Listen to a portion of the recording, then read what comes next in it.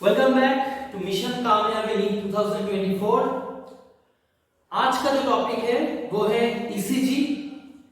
जिन बच्चों ने अभी तक ये सीरीज नहीं देखा है तो जाओ पहले देखो, एक के बाद एक वीडियो देखो, उसके बाद ये वीडियो में आओ।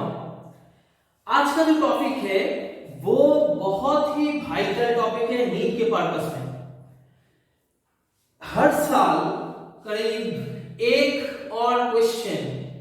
क्वेश्चन तो बनता ही है, तो 99.9% चांस है एक क्वेश्चन बनने का यहाँ इस टॉपिक से। ठीक है, तो चलो समझते हैं। तो पहले जो ईसीजी है, ईसीजी का फुल फॉर्म क्या है? ईसीजी का फुल फॉर्म है इलेक्ट्रोकार्डियोग्राम। कुछ लोग कहते हैं इलेक्ट्रोकार्डियोग्राफ और कुछ लोग कहते हैं कि इलेक्ट्रोकार्डियोग्राफी। तो कौन सा सुने, किसका सुने? ठीक है, तो देखो समझते हैं। इलेक्ट्रोकार्डियोग्राम एक है और एक क्या है? इलेक्ट्रोकार्डियोग्राफ। और एक क्या है? इलेक्ट्रोकार्डियोग्राफी। ठीक है, तो ये जो इलेक्ट्रोकार्डियोग्राम है ये क्या है? ये एक्चुअली हम लोग जो ग्राफ देखते हैं ना ईसीजी का, वही है। उस ग्राफ को कहते हैं इलेक्ट्रोकार्डियोग्राम। जिन मशीन से ये ग्राफ होता है उस मशीन को कहते हैं क्या? इलेक्ट्रोकार्डियोग्राफ।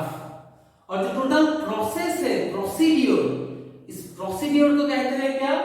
इलेक्ट्रोकार्डियोग्राफी। ठीक है, तो इलेक्ट्रोकार्डियोग्राम ग्राफ, मशीन क्या है? इलेक्ट्रोकार्डियोग्राफ। और जो टोटल प्रोसेस है वो उसको क्या कहते हैं? इलेक्ट्रोकार्डियोग्राफी। ठीक है, तो ये जो नॉर्मल ईसीजी कार्ड है, तो ये नॉर्मल ईसीजी कार्ड है। हम लोग इस नॉर्मल ईसीजी कार्ड में तीनों वेव्स देखते हैं। मेनली तीनों नहीं, पांचों एक्चुअली।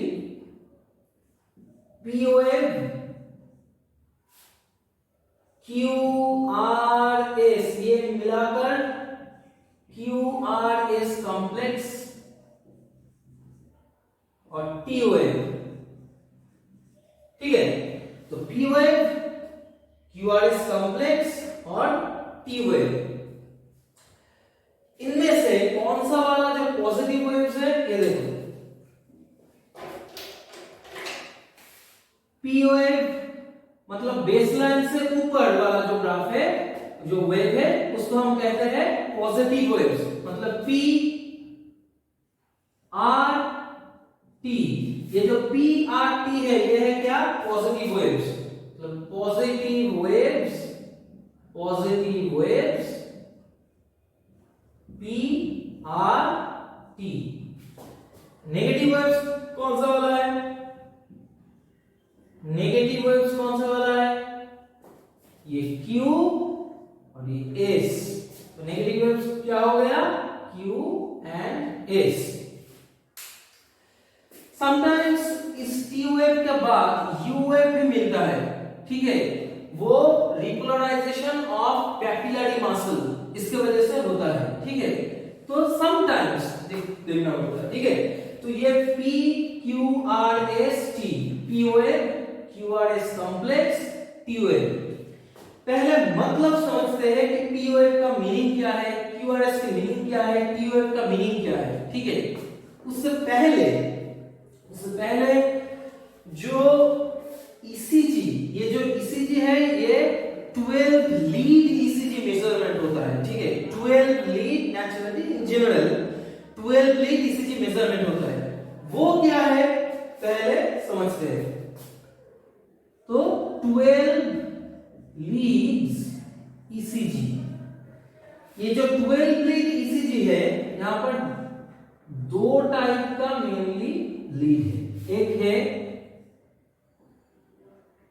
लिंब लीड और एक है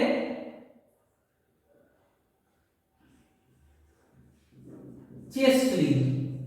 ठीक है, लीड है और एक क्या है, चेस्ट लीड है। लीव लीड में एक है बाइपोलर और एक है यूनिपोलर। बाइपोलर के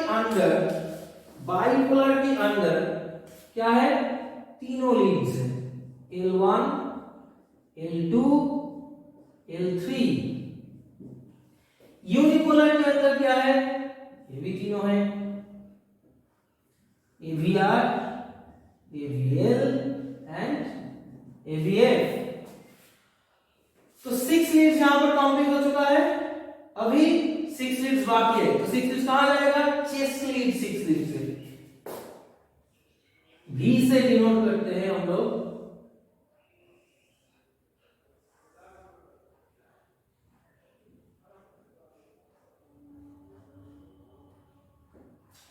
So V1, V2, V3, V4, V5, V6, ये जो 12 लीड मेजरमेंट है, ये 12 लीड मेजर हम लोग करते हैं 10 इलेक्ट्रोड्स की मदद से, ठीक है। 10 इलेक्ट्रोड्स की मदद से हम लोग 12 लीड ईसीजी का मेजरमेंट करते हैं।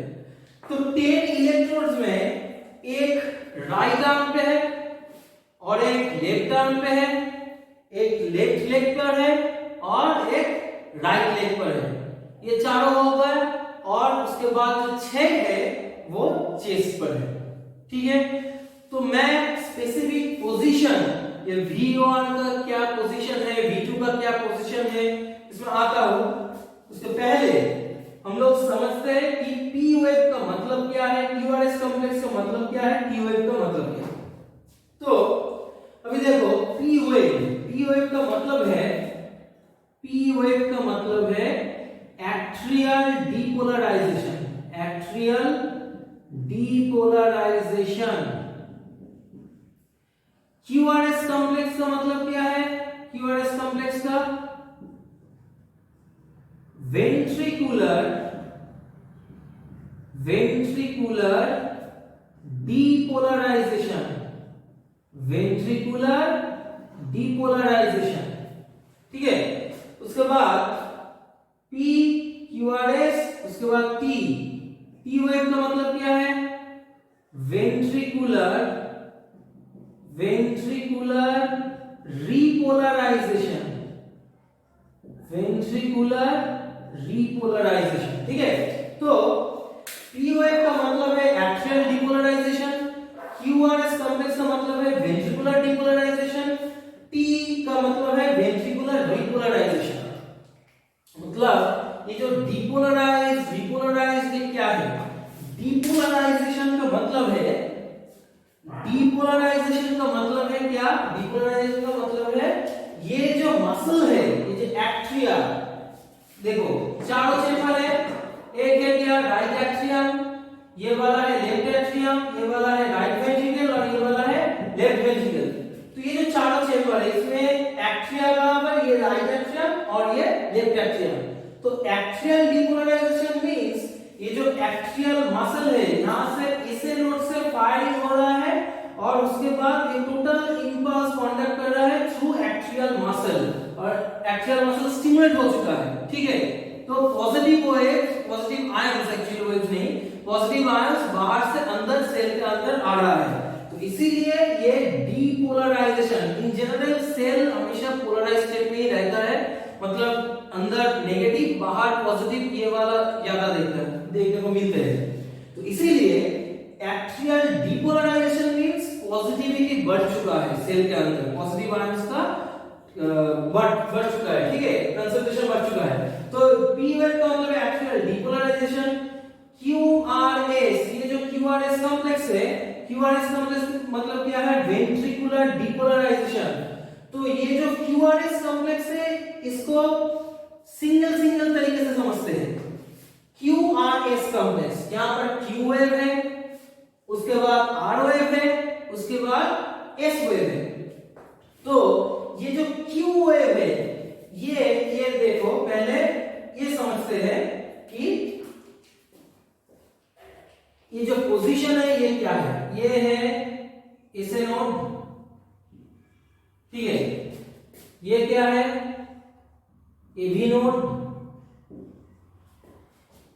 ये क्या है, bundle of His, bundle of His. ये है राइट बंडल ब्रांच, ये है लेफ्ट बंडल ब्रांच, ठीक है।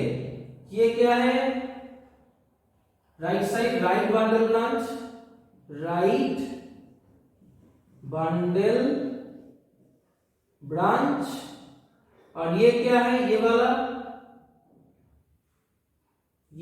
है लेफ्ट बंडल। यहां पर राइट बंडल ब्रांच, यहां पर left bundle branch, left bundle branch. और ये जो है, ये क्या है, पार्किंजी फाइबर्स, पार्किंजी फाइबर्स। अब देखो, हार्ट कॉन्ट्रैक्शन रिलैक्सेशन कर रहा है, तो ये जो है, ये है special junctional tissue of heart. तो ऐसे नोड से फायरिंग हो रहा है, उसके बाद ये इंपल्स जा रहा है किधर पर, एवी नोड पर। एवी नोड से बंडल ऑफ ईज, यहां पर right bundle branch, left bundle branch, Purkinje fibres होकर टोटल वेंट्रिकुलर मसल पर जा रहा है, ठीक है। तो ये जाकर पूरा कंप्लीट कार्डियक साइकिल कर रहा है। तो एक कार्डियक साइकिल का ही ये ग्राफ है, ठीक है। तो पी वेव का मतलब क्या बताया था मैंने, एक्सियल डीपोलराइजेशन। तो ऐसे नोड फायर कर रहा है तो एक्सियल मसल स्टिमुलेट हो रहा है, ठीक है। उसके बाद क्या होगा, after P wave axial systole होगा, contraction of heart, axial systole होगा। और एक्सियल सिस्टोल में क्या होता है, ये जो एक्सियल जो ब्लड होता है वो वेंट्रिकल में जाता है, ठीक है।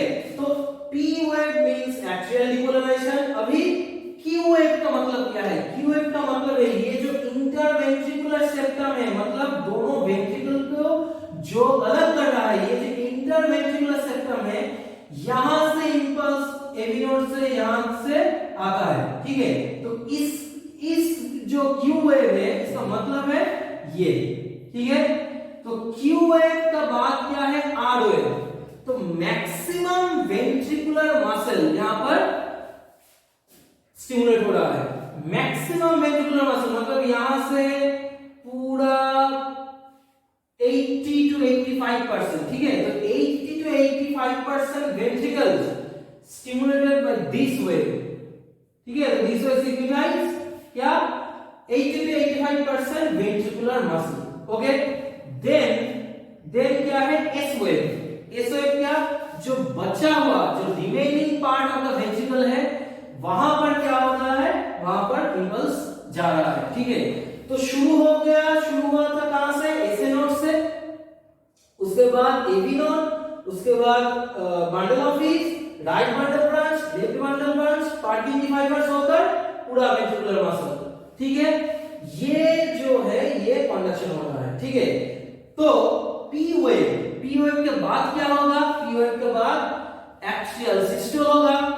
वही क्यूआरएस जो कॉम्प्लेक्स है, ये वेंट्रिकुलर डिपोलराइज, मतलब वेंट्रिकल पूरा जो वेंट्रिकल है वो स्टिमुलेट हो चुका है।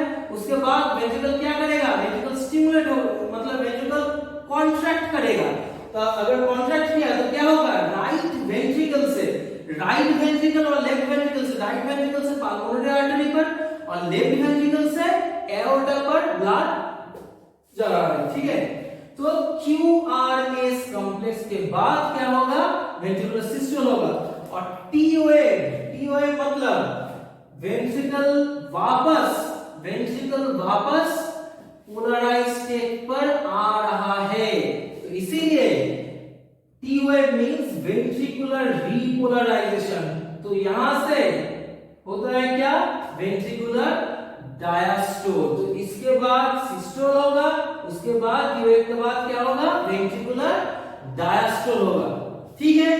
तो P wave means axial depolarization, QRS ये जो कॉम्प्लेक्स है ये ventricular depolarization, T wave means ventricular repolarization, ठीक है। तो कंडक्शन कहां से कहां हो रहा है, एस नोड से एवी नोड, एवी नोड से bundle of His, bundle of His से right bundle branch, left bundle branch, उसके बाद पार्टिकल फाइबर्स होकर पूरा वेंट्रिकुलर मसल, ठीक है, endocardial epicardial total ventricular muscle, ठीक है।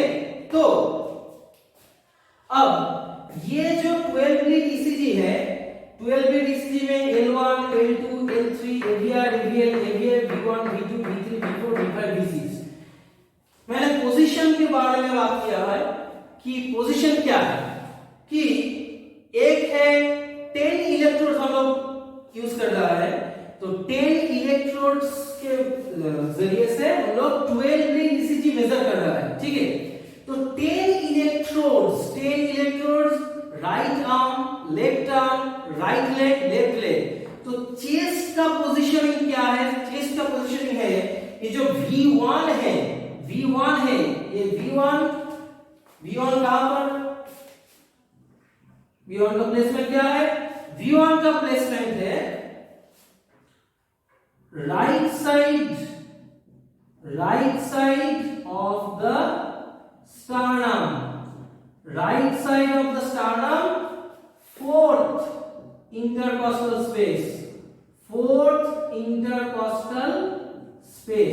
ठीक है, fourth intercostal space। V2 क्या है? Right side of the sternum V1 का, right side of the sternum V1 का, V2 क्या हो जाएगा? एक ही फोर्थ इंटरकॉस्टल स्पेस सेम है, लेकिन ये V1 राइट साइड पर था, V2 लेफ्ट साइड पर चला जाएगा। तो left side of the sternum, fourth intercostal space, ठीक है, फोर्थ इंटरकॉस्टल स्पेस। अभी V3 क्या होगा? V3 ये V2 in between V2 and V4, ठीक है। अब V3 के बाद क्या आता है? V4 आता है, तो V4 क्या होगा? हॉराइजेंटली फिफ्थ इंटरकॉस्टल स्पेस, तो फिफ्थ इंटरकॉस्टल स्पेस वर्टिकली कहां होगा? मिड क्लैविकल, यहां पर क्लैविकल है, तो मिड क्लैविकुलर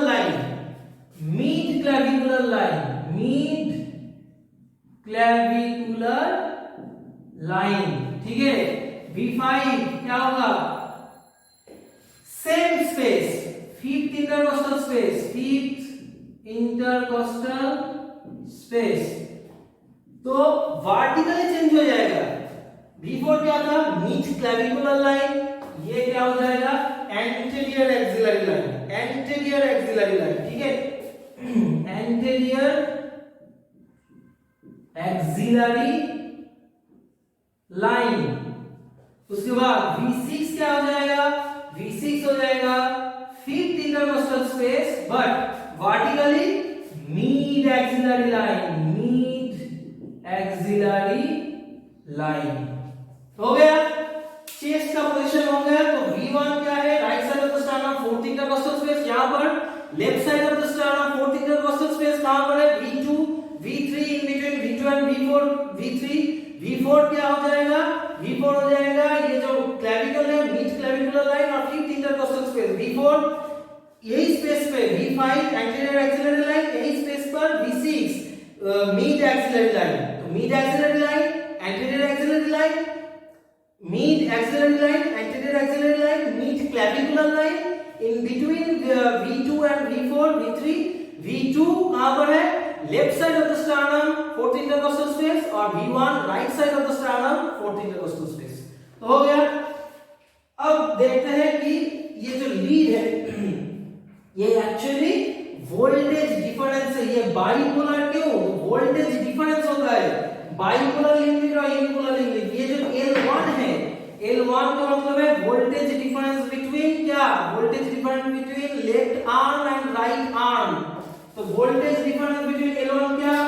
देखिए हम लोग L1 voltage difference between left arm and right arm bipole, तो L2 क्या हो जाएगा? L2 क्या हो जाएगा? लेफ्ट फुट और राइट आर्म का जो अंतर है, लेफ्ट फुट और राइट आर्म का जो अंतर है वो, और L3 क्या हो जाएगा, L3 क्या हो जाएगा, left foot minus left arm, left foot minus left arm. ठीक है, ये बाइपोलर है, बाइपोलर लेंगे इसलिए L1 left arm and right arm का डिफरेंस, L2 क्या हो जाएगा, लेफ्ट फुट और राइट आर्म का डिफरेंस, L3 क्या हो जाएगा, लेफ्ट फुट और लेफ्ट आर्म का डिफरेंस, तो L1 L2 L3। उसके बाद AVR AVL AVL that is single unipolar lively या यूनिपोलर लिवली, तो क्या हो जाएगा, AVR means augmented voltage lead of right arm, AVL means augmented voltage lead of left arm, और AVF augmented voltage lead of left foot। ये जो तीनों है, तीनों मिला के राइट आर्म, लेफ्ट आर्म और लेफ्ट फुट, ये तीनों मिला के जो एक ट्रायंगल शेपेड होता है, इसको कहते हैं आइंथोवेंस ट्रायंगल। ठीक है, तो राइट आर्म में भी एक इलेक्ट्रोड लगता है, तो वो न्यूट्रल का काम करता है। ठीक है, तो हो गया। अब देखो, तो ECG क्या हुआ, ECG में ये जो नॉर्मल PQRST ये वेव है, जो PRT ये क्या है, पॉजिटिव वेव्स है, PRT नेगेटिव वेव्स क्या है, Q एंड S वेव्स है, और ये जो R है, मतलब ये जो PQRST उसके बाद फिर PQRST उसके बाद फिर PQRST ये होगा, तो R से R ये जो RR इंटरवल है, ये अगर सही तरीके से रहता है तो ठीक है, आप ठीक है, अगर ये सही नहीं है, मतलब RR इंटरवल एक ग्राफ में एक दिखा रहा है, दूसरे ग्राफ में दूसरे दिखा रहा है, ठीक है, मतलब ये देखो, ये जो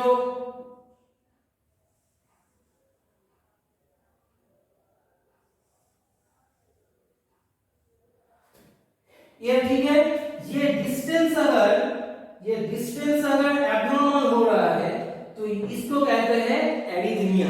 ठीक है, और हम लोग देखते हैं कि टी वेव ये किसी किसी लीड पर ये अगर ये इन्वर्टेड हो गया, टी वेव इन्वर्टेड, तो एक समस्या है, टी वेव इन्वर्टेड अगर हो जाएगा, इन्वर्टेड अगर हो जाएगा तो क्या होगा, इसको कहते हैं मायोकार्डियल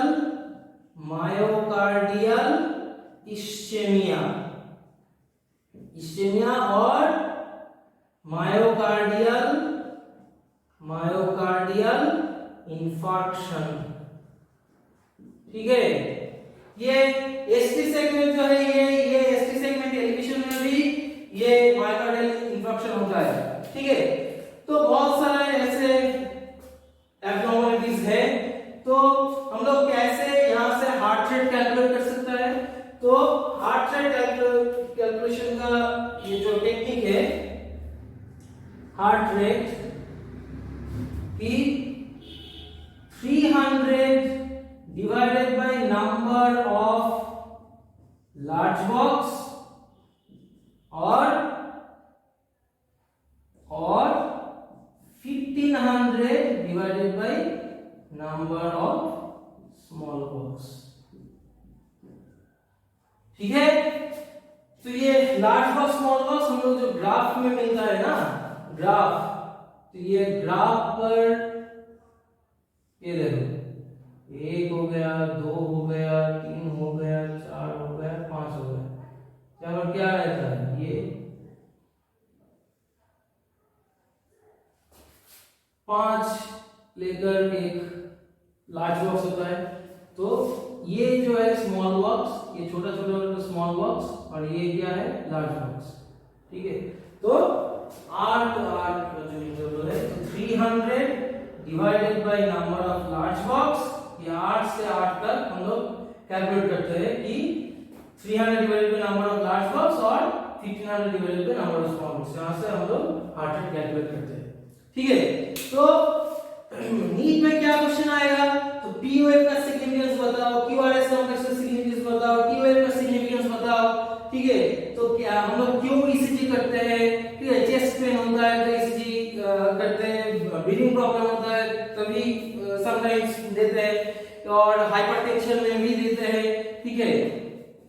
तो यहाँ से पेन हो रहा है, यहाँ से पेन हो रहा है, एंजाइना, तो ईसीजी करते हैं, ठीक है।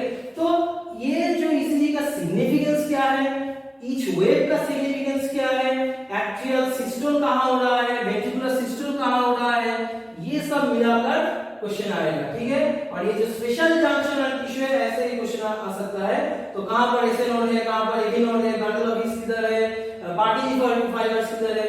तो ये है तुम्हारा आज का टॉपिक ईसीजी। चलो मिलते हैं अगले वीडियो में, तब तक के लिए शुक्रिया, टाटा बाय बाय, और don't forget to subscribe this channel, ठीक है, टाटा।